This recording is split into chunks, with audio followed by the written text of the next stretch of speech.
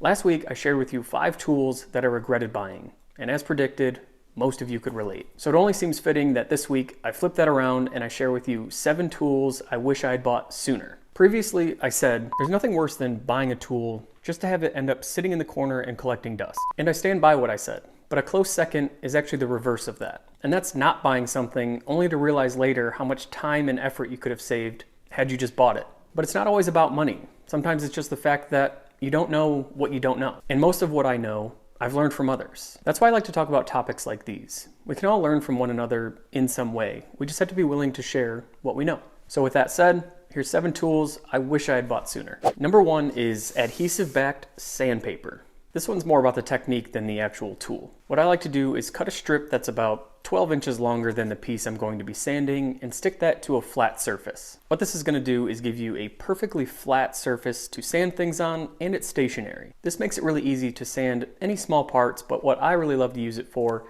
is sanding cabinet door pieces prior to assembly. Just a couple passes back and forth, and not only is the surface smooth, it's perfectly flat. I'm not sure if you've ever tried edge sanding something with a random orbit sander, but it's not great. This is a simple trick, but it's one of my favorites, and it's really cost effective compared to buying something like a dedicated edge sander. And one potential upgrade of this is to actually make a dedicated board to stick your sandpaper to, because it can get expensive if you're constantly sticking it down and having to peel it back up because it's maybe in your way. If you have a dedicated board that you can clamp down, that means you can get a little bit more out of each piece of sandpaper. You can find a link to this down in the description below, along with everything else that I mentioned in this video. Number 2 is the Wixey digital readout for my DeWalt planer. Before I added this to my planer, I had to resort to the creep up method, where I would just run a piece through, measure it, make a small adjustment, run the piece back through, measure it, make a small adjustment, until I finally arrived at the desired dimension I was looking for. And this had a lot to do with the fact that I didn't really trust the depth gauge that came on the planer. But with the digital readout, once you got everything calibrated, you could really just set it to the number you were looking for, and I could trust that that's exactly what I was going to get. And you can also calibrate it with other tools. Back when I had a drum sander, I calibrated it to work in conjunction with my planer. So if I milled something to 3/4 on my planer, I could take it directly from there over to my drum sander, set it at 3/4, and it would do a perfect sanding pass. And if you're wondering why I don't have a drum sander anymore, go check out my video on woodworking tools I regret buying. Number 3 on the list are these miter clamps.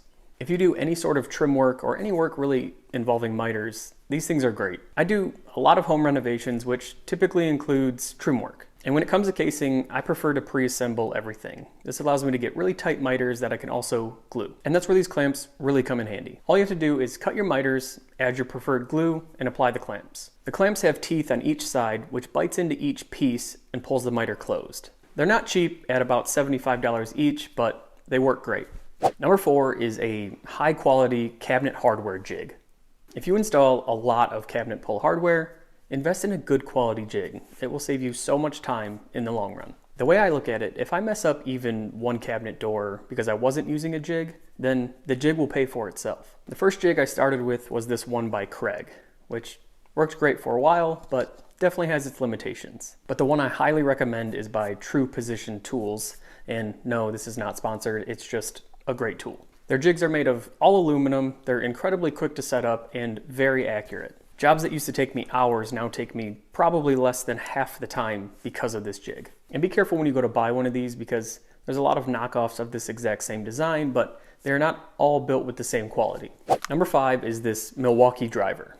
To be more exact, it's the Milwaukee 2505-22. Of all the tools on this list, this is probably the one I had my eye on for the longest before actually purchasing it, which was a huge mistake because I absolutely love this thing. Compared to a more traditional battery-powered drill, this thing is light, it's versatile, and it still has plenty of power. And it comes with 4 different driver attachments, which I use all of them pretty consistently. My favorite is the offset attachment, which makes it really easy to drill into tight areas and is great for attaching drawer fronts.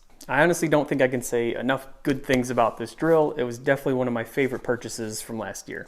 Number 6 is a dust extractor and sander combo. And I'm not recommending any specific tool or setup here. It's really any sander that you can pair with some sort of dust extraction. Sanding a project with no dust extraction is not only messy, but it can also be really hazardous to your health. So I recommend to anyone who's new to woodworking, as one of the first things you should get is a decent sander, and some sort of dust extractor that can hook up to it. And a combination that I have used for years and absolutely love, and comes in at a little bit better of a price point than something like a Festool setup, is any nice Bosch sander has great dust extraction, and I really like the DeWalt dust extractors. I've used those two as a pair for a couple years now, and it has always worked great for me. And if you keep an eye out for it, I see DeWalt dust extractors on Facebook Marketplace all the time. It's actually how I got mine. I got my dust extractor for, I think, 150 bucks. And number 7, last one on the list, is a track saw.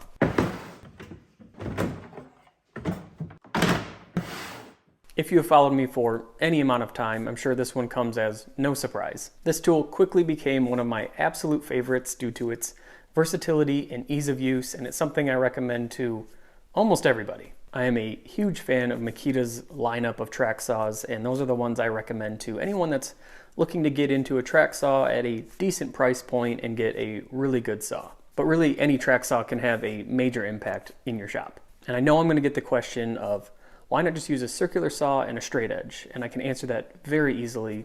1, ease of setup. 2, dust collection. That's it. That's it for this one. I hope you learned something, and if you did, hit that like button. And if you want to see the 5 tools that I regret buying, check it out right over here.